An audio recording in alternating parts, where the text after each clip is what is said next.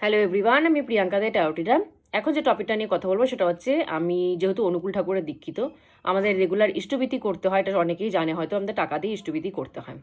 তো অনেকেই কথাটা বলে যে অন্যান্য তীর্থস্থানে পাণ্ডাদেরকে টাকা দিতে হয়, তো তোমাদেরও তো সেরকম ইষ্টভীতির টাকা দিতে হয়, তো ডিফারেন্স কী আছে? এই জিনিসটা অনেকেই বলে। তো এটা নিয়েও আমি আগের দিন একটা ভিডিও করেছিলাম, বাট আজকে আমি আটটু ডিটেলসে বলতে যাই। আমরা যে অন্য অন্য ঠাকুরের দেবতার মন্দিরে গিয়ে পাণ্ডাদের টাকা দিচ্ছি, হাজার হাজার টাকা দিচ্ছি, লাইনে ভিআইপি লাইন প্লাস ভিভিআইপি লাইনে দাঁড়ানোর জন্য যে হাজার হাজার টাকা দিচ্ছি, তাতে কিন্তু আমাদের কোনো পুণ্য হচ্ছে না। সে তীর্থস্থানে গেলে তো পুণ্য হবেই, সেটা তো আলাদা ব্যাপার। বাট এই যে পাণ্ডাদের হাজার হাজার টাকা দেওয়া প্লাস ভিআইপি লাইনের জন্য হাজার হাজার টাকা দেওয়া, সেটাতে কিন্তু এক্সট্রা কোনো আমাদের পুণ্য হচ্ছে না। সুতরাং সেটার সাথে এই ইষ্টভীতির কিন্তু তুলনা করে লাভ নেই। ইষ্টভীতি আমরা যে দিই রেগুলার, সেটাতে কিন্তু আমাদের পুণ্য হয়, তো সেটার সাথে এটার তুলনা করে কোনো লাভ নেই। ইষ্টভীতির আর একটা কারণ আমি বলে দিচ্ছি। ইষ্টভীতি সকালবেলা উঠেই আমাদের বা হাতে নিয়ে ডান হাতে চাপা দিয়ে নাভির কাছে ধরে করতে হয়, কারণ সকালবেলা উঠেই আমাদের যে সোলটা ঘুমন্ত থাকে, সেই সোলটাকে পুরো টেনে তোলার জন্য ইষ্টভীতিটা করা হয়।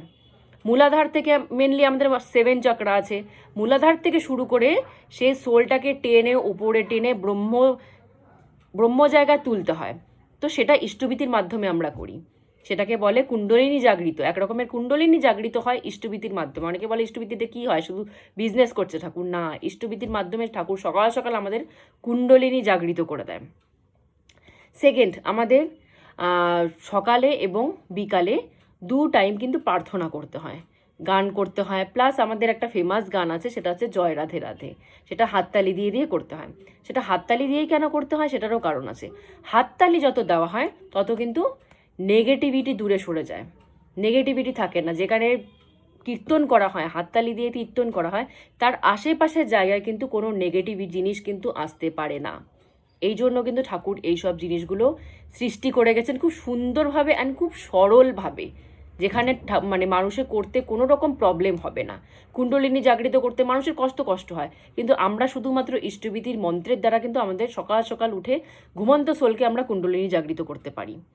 আমাদের কিন্তু রেগুলার যদি নাম প্রার্থনা করা হয় দিনে এবং বিকালবেলা, সকালে এবং বিকালে, আমাদের আশেপাশে কিন্তু কোনো নেগেটিভিটি আসতে পারে না। তো উনি এতটুকুই নিয়ম বেঁধে দিয়েছেন আমাদেরকে, যে আমাদের কোনো আর এক্সট্রা কিছু করার দরকারই পড়ে না। এই জিনিসগুলো করলেই আমাদের কুণ্ডলিনী জাগৃত হয়ে যাচ্ছে, আমাদের নেগেটিভিটি থেকে আমরা দূরে থাকছি, সব কিছু পাপ জিনিস থেকে আমরা কেটে যাচ্ছি, আগের জন্মে প্রারব্ধ কর্ম থেকে আমরা কেটে যাচ্ছি। সব কিছু আমরা এইগুলো করেই কিন্তু কাটিয়ে দিতে পারছি, এত সুন্দরভাবে অ্যান্ড এত সরলভাবে। কোনো এক্সট্রা জটিল কাজ আমাদের করতেই হয় না। তো আজকের মতো এখানেই স্টপ করছি। জয় গুরু।